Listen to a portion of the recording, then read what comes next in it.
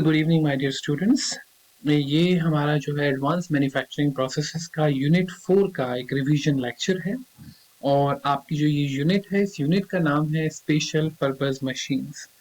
ये आपकी काफ़ी छोटी सी यूनिट है। इसमें हम केवल स्पेशल पर्पस मशीन्स का छोटा सा डिस्कशन करेंगे, जिसमें मैं आपको कोशिश करूंगा कि मैं आपको स्पेशल पर्पस मशीन्स के बारे में काफ़ी हद तक कुछ बता सकूं कि किस तरीके से स्पेशल पर्पस मशीन्स काम करती हैं और क्या रिक्वायरमेंट होती है आपकी स्पेशल पर्पस मशीन्स की। तो आइए आगे बढ़ते हैं और देखते हैं थोड़ा सा इस वीडियो को। फिर मैं आपको एक बार बताना चाहूँगा कि आपकी ये जो वीडियो है, ये वीडियो बेसिकली आपके रिवीजन पर्पस के लिए है। तो अगर आप इस वीडियो को ऐसा प्रॉपर कंटेंट देखने की कोशिश कर रहे हैं कि आपकी ये वीडियो आपके एग्जाम के लिए सफिशिएंट होगी, देन प्रोबेबली मैं आपको बताना चाहूँगा कि आप गलत सोच रहे हैं, क्योंकि ये वीडियो केवल आपके रिवीजन पर्पस के लिए है। तो अगर आपने अच्छे तरीके से प्रिपरेशन की हुई है और आप अपने कॉन्सेप्ट्स को ब्रश अप करना चाहते हैं, तो आप डेफिनेटली इस वीडियो को देख सकते हैं और आपके जो कॉन्सेप्ट्स हैं उनको आप आसानी से रिव्यू कर सकते हैं with in shortest possible time. तो चलिए आगे बढ़ते हैं। तो सबसे पहले हम बात करते हैं बच्चों की स्पेशल पर्पस मशीन होती क्या है। स्पेशल पर्पस मशीन आपकी ऐसी मशीनें होती हैं जो कि आपकी हमेशा अवेलेबल नहीं होती। ये कभी भी आपको दुकानों पे नहीं मिलेंगी। ऐसा नहीं है कि मतलब अगर कोई स्पेशल पर्पस आपका बहुत ज्यादा जनरल हो गया है। देखिए, स्पेशल और जनरल में एक बहुत सिंपल सा डिफरेंस है। जनरल का मतलब है जो कि जनरली होता है, और स्पेशल का मतलब है जो किसी स्पेशल पर्पस पे या स्पेशल एक्टिविटी को करने के लिए होता है।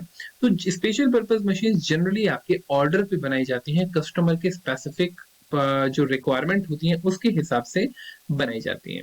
तो स्पेशल पर्पस मशीन आपकी जो पर्पस आप डिफाइन करेंगे अपनी मैन्युफैक्चर को, उसके बेसिस पे आपकी स्पेशल पर्पस मशीन डिजाइन की जाएगी। दूसरी बात, जो स्पेशल पर्पस मशीन्स आपकी होती हैं, वो आपकी जो है क्या कहते हैं, आपकी हाई वॉल्यूम के प्रोडक्शन के लिए बनाई जाती हैं। हाई वॉल्यूम का मतलब एक ही जैसी चीज को आप बहुत सारी क्वांटिटी में अगर आप प्रोड्यूस करना चाहते हैं, तो आप स्पेशल पर्पस मशीन वहां पे यूज कर सकते हैं। दूसरी बात, इनका जो इनका स्पेशल पर्पस मशीन का हाई प्रोडक्टिविटी रेट होता है। और इनके लिए जो डिजाइन किए गए टूलिंग फिक्सचर होते हैं वो बिल्कुल स्पेशल होते हैं, बिल्कुल स्टैंडर्ड होते हैं, जो कि उन्हीं के लिए डिजाइन किया जाता है। मतलब कि आप किसी दूसरी मशीन के लिए यूज नहीं कर सकते, उसका पार्ट जो है वो उसी के साथ यूज होगा। दूसरी बात कि आपके जो स्पेशल पर्पस मशीन्स हैं उनके अंदर आपके लिमिट स्विचेस यूज होते हैं, आपके सेंसर्स यूज होते हैं, आपके लॉजिक कंट्रोल्स यूज होते हैं, ऑटोमेटिक जॉब क्लैंपिंग एक्सेट्रा। ये बहुत सारी ऐसी चीजें होती हैं जो आपकी स्पेशल पर्पस मशीन्स में ही यूज की जाती हैं। स्पेशल पर्पस मशीन जो होती है, वो अगर आप किसी ऑर्गेनाइजेशन में यूज करते हैं, पहली बात तो आपको ये पता होना चाहिए कि आप स्पेशल पर्पस मशीन केवल उन ऑर्गेनाइजेशन में यूज करते हैं जो कि मास प्रोडक्शन में डील करते हैं, यानी जहां पे बहुत सारी चीजें एक जैसी बहुत सारी चीजें बनती हैं। अगर छोटा छोटा प्रोडक्शन है, अगर मान लीजिए आप छोटी छोटी वॉल्यूम प्रोड्यूस कर रहे हैं, तो स्पेशल पर्पस मशीन आपके लिए बिल्कुल भी नहीं है। ठीक है। तो सबसे पहले हम डिफरेंस देख लेते हैं कि जनरल पर्पस मशीन में और स्पेशल पर्पस मशीन में हमारा क्या डिफरेंस होता है। तो जनरल पर्पस मशीन जो हमारी होती हैं वो फ्लेक्सिबल मशीन होती हैं, और वो डिफरेंट टाइप के ऑपरेशंस को परफॉर्म कर सकते हैं। लेकिन जो आपकी स्पेशल पर्पस मशीन है बच्चों, वो आपकी स्ट्रिक्टली एक ही टाइप के फंक्शन को परफॉर्म करेंगी। तो अगर आपने गियर कटिंग के लिए कोई स्पेशल पर्पस मशीन बना रखी है, तो वो केवल गियर ही कट कर सकती है और किसी चीज को कट नहीं करेगी। दूसरी बात, आपकी जो जनरल पर्पस मशीन्स होती हैं उनमें इनिशियल इन्वेस्टमेंट आपको बहुत कम लगता है, लेकिन जब आप स्पेशल पर्पस मशीन लेते हैं तो वहां पे आपका जो इन्वेस्टमेंट कॉस्ट है वो आपकी बेसिकली बहुत ज्यादा लगती है। क्योंकि आप सोच के देखिए ना, आप एक हाई वॉल्यूम प्रोडक्शन के लिए एक स्पेशल फंक्शन के लिए ही आपने एक मशीन को डिजाइन करवाया है। जब कोई एक ही चीज आपके लिए बनाई जाएगी तो ऑब्वियसली बात है उसकी कॉस्ट थोड़ी सी ज्यादा आएगी। जो आपकी जनरल पर्पस मशीन्स होती हैं वो ऑपरेशन में स्लो होती हैं। क्यों होती है स्लो?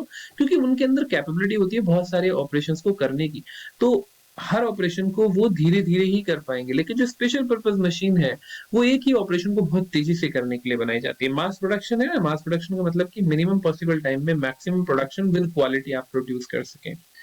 दूसरी बात, आपकी जो जनरल पर्पस मशीन है उस मशीन को आप उसमें उसके अंदर आप चेंजेस करके उसके दूसरे डिजाइन के पार्ट प्रोड्यूस कर सकते हैं, लेकिन स्पेशल पर्पस मशीन में ऐसा नहीं हो सकता है। जनरल पर्पस मशीन में एक टाइम में केवल एक ही ऑपरेशन परफॉर्म किया जा सकता है, भले ही उसकी कैपेबिलिटी एक से ज्यादा ऑपरेशन परफॉर्म करने की हो, लेकिन एक बार में एक ही ऑपरेशन परफॉर्म किया जा सकता है। स्पेशल पर्पस मशीन में एक साथ आपके कई सारे ऑपरेशन एग्जीक्यूट किए जा सकते हैं, तभी तो वो तेजी से प्रोड्यूस करेगी। जो जनरल पर्पस मशीन्स आपकी होती हैं वो आपकी मैनुअली ऑपरेटेड होती हैं जनरली, लेकिन जो आपकी स्पेशल पर्पस मशीन है वो आपकी या तो सेमी ऑटोमेटिक होंगी या फिर वो आपकी ऑटोमेटिक टाइप की मशीन होंगी। जनरल पर्पस मशीन में केवल आपका एक टूल स्पिंडल होता है, लेकिन स्पेशल पर्पस मशीन में आपके मल्टीपल टूल स्पिंडल होते हैं, जिससे कि बहुत सारे टूल एक साथ यूज हो सके और आपके प्रोडक्ट के ऊपर या आपके ऑब्जेक्ट के ऊपर ज्यादा से ज्यादा वर्क हो सके और कम से कम टाइम में आप उसे प्रोड्यूस कर सकें। इसके एग्जाम्पल जनरल पर्पस मशीन के एग्जाम्पल हैं, जैसे कि आपकी लेथ हो गई, मिलिंग हो गई, शेपर, बोरिंग मशीन, ये सब जो ये सारी जो मशीनें हैं जिनके ऊपर आप multiple functions different different time पे, एक टाइम पे तो एक ही होगा लेकिन multiple function different different time पे जिनमें आप प्रोड्यूस कर सकते हैं या फिर एग्जीक्यूट कर सकते हैं, वो आपकी जनरल पर्पस मशीन होती है। स्पेशल पर्पस मशीन के एग्जांपल कैप्स्टन लेथ हो गई, गन ड्रिलिंग हो गई, आपकी ट्रांसफर मशीन हो गई, ये सब कुछ आपकी आगे आप देखेंगे गियर कटिंग, ब्रोचिंग, ये सब भी आपकी स्पेशल पर्पस मशीन्स में आती है। तो अगर हम स्पेशल पर्पस मशीन्स के लेआउट की बात करें बच्चों, तो स्पेशल पर्पस मशीन्स आपके दो लेआउट में जनरली पाई जाती हैं। या तो वो सिंगल स्टेशन होती हैं, सिंगल स्टेशन मतलब सारे जो आपकी ऑपरेशंस हैं वो एक ही स्टेशन पे आपके कंप्लीट होते हैं, या फिर वो मल्टी स्टेशन होती हैं जिसके अंदर आपके एक से ज्यादा स्टेशन होते हैं और उन स्टेशन के होने से आपका काम जो है वो काफी आसान हो जाता है, आप मल्टीपल प्रोडक्ट एक ही स्टेशन पे प्रोड्यूस कर सकते हैं। तो सिंगल स्टेशन में आपका जो प्रोडक्ट है वो आपका एक फिक्स्ड पोजीशन पे रख दिया जाता है और जहां पे सारे काम जो है वो उसी स्टेशन पे होते हैं। आपकी मशीन अपने आप से मूव करती है, आपकी मशीन के पार्ट्स अपने आप से मूव करते हैं, लेकिन मल्टीपल मशीनिंग जो आपका मल्टी मल्टी स्टेशन जो होता है वहां पे आपका जो पार्ट है वो डिफरेंट डिफरेंट स्टेशंस पे आपके जाता है और वहां पे क्या होता है कि आपकी जो है उसकी मशीनिंग या फिर उसके ऊपर जो भी वर्कआउट होता है वो होता है। स्पेशल पर्पस मशीन्स की प्रोडक्टिविटी बहुत ज्यादा होती है, इनसे आपको बहुत अच्छी क्वालिटी मिलती है, इंटरचेंजेबिलिटी आपको पार्ट्स की मिलती है कि आप एक पार्ट अगर आपका कभी खराब हो जाए तो आप दूसरा पार्ट वहां पे यूज कर सकते हैं।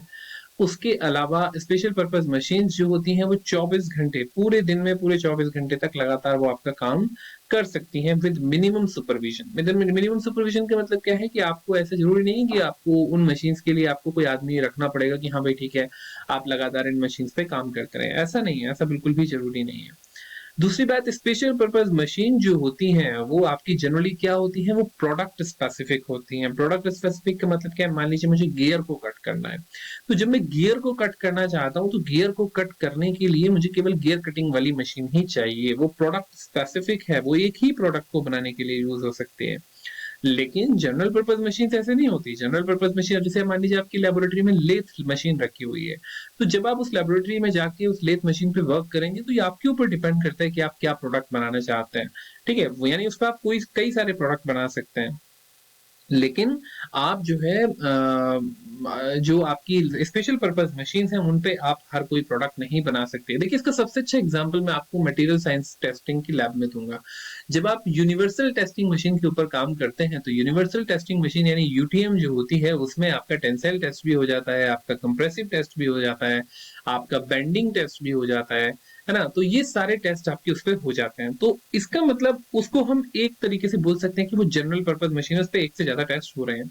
लेकिन अगर मैं आपसे कहूं कि भैया आपकी हार्डनेस टेस्टिंग मशीन है, वो आपकी स्पेशल पर्पस मशीन है जो केवल हार्डनेस को टेस्ट करने के लिए यूज की जा सकती है। अब ऐसा तो नहीं है ना कि आप उस पर इम्पैक्ट टेस्ट भी कर सकते हैं, it is not possible because that is वो आपकी डिजाइन की गई है स्पेशली आपकी क्या करने के लिए, आपकी हार्डनेस को टेस्ट करने के लिए। तो स्पेशल पर्पस मशीन जो होती है वो या तो आपकी कैम ऑपरेटेड होती है, कैम ऑपरेटेड मतलब आपका कैम वहां पे यूज होता है, या फिर वो आपकी हाइड्रोलिक्स और न्यूमेटिक्स यूज करती हैं। हाइड्रोलिक्स और न्यूमेटिक्स आई होप आप लोगों को पता होगा, जहां पे आप अपने लिक्विड हाइड्रोलिक्स बेसिकली मतलब हमारा वाटर ही होता है, जहां पे आप अपने लिक्विड को यूज करते हैं as a source of power, तो वहां हाइड्रोलिक्स कहलाती है। जहां पे आप एयर को यूज करते हैं as a source of power, वो आपका न्यूमेटिक्स कहलाता है। तो जब आपके ये जो एक्चुएटिंग एलिमेंट है वो हाइड्रोलिक्स या न्यूमेटिक्स मतलब एयर या लिक्विड में से कुछ होता है, तो उनको आप जो है न्यूमेटिक और हाइड्रोलिक्स बोलते हैं।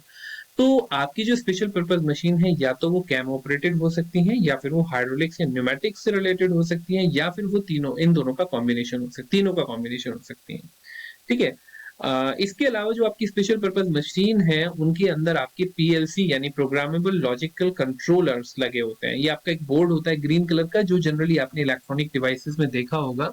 इलेक्ट्रॉनिक्स की कोई भी डिवाइस आप देखेंगे, यहाँ तक कि आप एक सीएफएल भी अगर देखेंगे तो सीएफएल के पीछे भी एक पीछे जो है एक प्रोग्रामेबल लॉजिकल कंट्रोल लगा होता है, छोटा सा इसको प्रोग्राम किया जा सकता है ना। तो ये आपकी जो है वो पीएलसीज लगी होती हैं। और आपके एक सेंसर्स और ट्रांसड्यूसर्स लगे होते हैं। सेंसर्स क्या होते हैं? सेंसर्स आपके एक ऐसे इलेक्ट्रॉनिक इक्विपमेंट होते हैं जो बेसिकली आपके एनवायरनमेंट से सिग्नल्स कैच करते हैं। उन सिग्नल्स को कैच करने के बाद आपके बनाए गए प्रोग्राम की बेसिस पे उन सिग्नल्स को जब वो फीड करते हैं तो आपका आउटपुट लेते हैं। तो फॉर एग्जांपल मान लीजिए आपके पास एक थर्मल सेंसर है, एक टेम्परेचर का सेंसर है। तो अगर आपके एसी जो है उस एसी में लगा होता है कि अगर आपने उसको ऑटोमेटिक मोड पे कर रखा है, तो जैसे ही आपका टेम्परेचर 26 डिग्री सेंटीग्रेड से ऊपर पहुंचेगा, आपका एसी जो है वो अपने आप ऑन हो जाएगा। क्यों? क्योंकि उसके अंदर थर्मल सेंसर लगा हुआ है। उसने जैसे ही देखा कि भाई बाहर का टेम्परेचर 27 डिग्री 26 डिग्री से ऊपर हो गया, उसने एक प्रोग्राम की बेसिस पे उसने एक डिसीजन ले लिया कि अब हमें एसी को स्टार्ट कर देना चाहिए। तो इस तरीके से आपके सेंसर्स और ट्रांसड्यूसर काम करते हैं। इसके अलावा आपकी स्टेपर मोटर, सर्वो मोटर्स भी आपकी यूज होती हैं as a actuating element. Actuating element का मतलब क्या होता है? जो भी आपका आउटपुट जो आपको मिलता है, वो आउटपुट आपका एक्चुएशन कहलाता है। तो उस आउटपुट को करने के लिए जो आपके इक्विपमेंट यूज होते हैं, उनको एक्चुएशन एलिमेंट्स बोला जाता है। उसके बाद आपकी जो प्रोडक्टिविटी आपको यहाँ पे मिलती है, वो प्रोडक्टिविटी आपको बहुत अच्छी खासी प्रोडक्टिविटी मिलती है, क्योंकि आप इतनी सारी चीजें यूज कर रहे हैं और वो भी एक सिंगल मशीन पे सिंगल टाइप के बेसिकली उसको प्रोसेस को परफॉर्म करने के लिए प्रोडक्टिविटी 3 to 10 टाइम्स ज्यादा होती है, 3 से 10 गुना ज्यादा होती है आपकी, ठीक है ना। तो ये आपका बहुत ही इंपॉर्टेंट एक प्रोसेस होता है। बहुत इंपॉर्टेंट टाइप की आपकी मशीन्स होती हैं जो कि आपकी मास प्रोडक्शन के लिए यूज की जाती हैं। तो स्पेशल पर्पस मशीन्स जो होती हैं, उनको बनाने में आपके कुछ चैलेंजेस आते हैं। तो क्या चैलेंजेस होते हैं बच्चों? वो पहला चैलेंज तो ये होता है कि आपको ये डिफाइन करना होता है कि आपके किस प्रोसेस के लिए आपको स्पेशल पर्पस मशीन बनानी होती है। अब आप सोचेंगे कि इसमें इसमें इतनी बड़ी प्रॉब्लम क्या है? देखिए बच्चों, जब आप दूर से किसी चीज को देखते हैं, जब आप एक प्रॉब्लम स्टेटमेंट को देखते हैं, तो आपको लगेगा कि हाँ, मुझे सब कुछ पता लग गया है। लेकिन जब आप किसी चीज को डिजाइन करते हैं ना, तो डिजाइन करने के लिए आपको बहुत छोटी छोटी बातों का पता होना चाहिए। तो वो एक फाइनल प्रोसेस को डिफाइन करना कि मैं अपने एक एसपीएम को डिजाइन कर सकूं, उसके लिए वो थोड़ा सा डिफिकल्ट हो जाता है। तो वहां पे आपको थोड़ा सा चैलेंज महसूस होता है।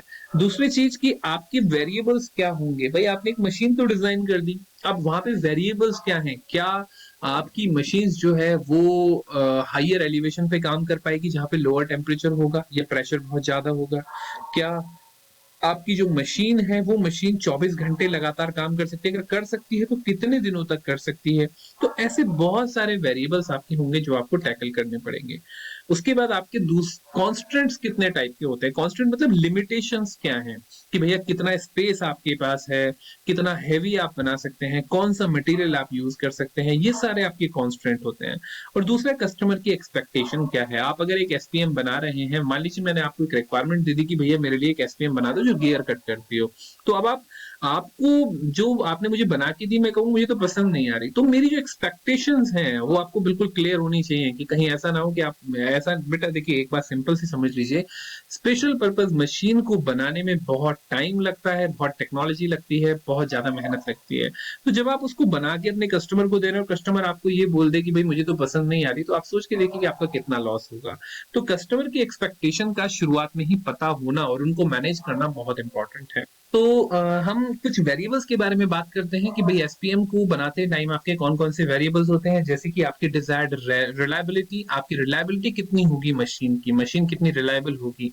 दूसरी बात, आपका चेंज अगर टेम्परेचर में चेंज हो जाए तो आपकी मशीन में इंटरनल एक्सटर्नल क्या चेंज होना चाहिए, क्या हो सकता है। एनवायरनमेंट का क्या इम्पैक्ट पड़ेगा, आपके जो ऑपरेशन है उस ऑपरेशन की सेफ्टी पे क्या फर्क पड़ेगा। ऐसा तो नहीं है कि कहीं आपकी मशीन जो है ह्यूमन सेफ्टी का ध्यान ही नहीं रख रही है।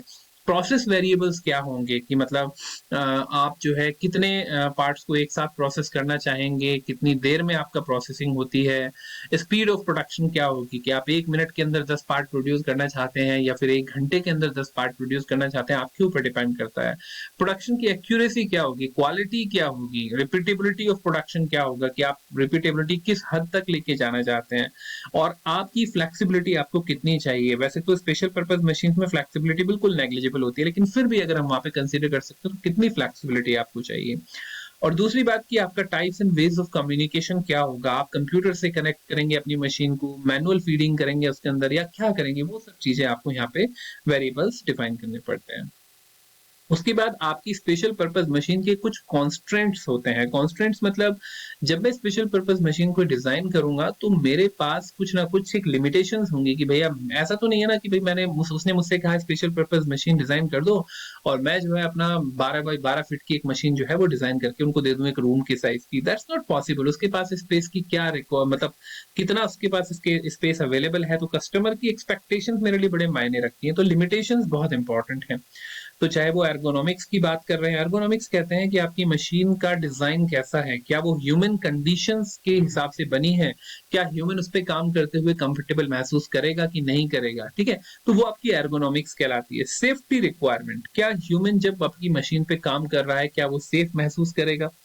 पावर रिक्वायरमेंट, कहीं ऐसा ना हो कि भाई आपने मशीन बना दी और वो पावर इतनी ज्यादा कंज्यूम कर रही है कि मेरी पूरी इंडस्ट्री का भट्टा बैठ जाए, तो ऐसा तो पॉसिबल नहीं है ना। उसकी पावर रिक्वायरमेंट भी कम होनी चाहिए। स्पेस की अवेलेबिलिटी आपकी कितनी है, आपका सपोर्ट इक्विपमेंट, आपने मशीन तो बना के दे दी मुझे लेकिन मेरे ना तो किसी कंप्यूटर को सपोर्ट कर रही है ना वो किसी और चीज से कनेक्ट हो पा रही है, तो सपोर्ट भी आपको देखना है। इंफ्रास्ट्रक्चर कैसा है, इंफ्रास्ट्रक्चर मतलब कि भैया आपकी जो बिल्डिंग है उस बिल्डिंग का जो गेट है उस गेट में से क्या वो मशीन अंदर जा पाएगी, क्या आप उसको वहां पे असेंबल कर पाएंगे या नहीं कर पाएंगे। और हजार्डस कंडीशन कैसी है, मतलब वहां पे जहरीला एटमॉस्फेयर तो नहीं है, क्या आपका वहां पे मॉइस्चर रहती है, अगर मॉइस्चर रहती है और आपने मशीन लोहे की बना दी तो वहां पे जंग लग जाएगा, मशीन खराब हो जाएगी। तो ये सारी लिमिटेशंस जो हैं ये सब आपको ध्यान में रखनी पड़ती हैं आपके कॉन्स्ट्रेंट्स को। सो ये आपका स्पेशल पर्पस मशीन का एक छोटा सा एक रिवीजन मैनुअल था, रिवीजन मॉड्यूल था। तो आई होप आप लोगों को जो मैं बताना चाह रहा था स्पेशल पर्पस मशीन के बारे में मैं आपको सफिशिएंट जानकारी दे पाया हूँ। वंस अगेन ये जो लेक्चर है ये लेक्चर आपके रिवीजन पर्पस के लिए है। अगर आप डिटेल में पढ़ना चाहते हैं तो please do not skip your books, अपनी बुक्स को जरूर पढ़िएगा, एग्जाम्स की बहुत अच्छे से प्रिपरेशन कीजिएगा। Thank you so much, God bless you all.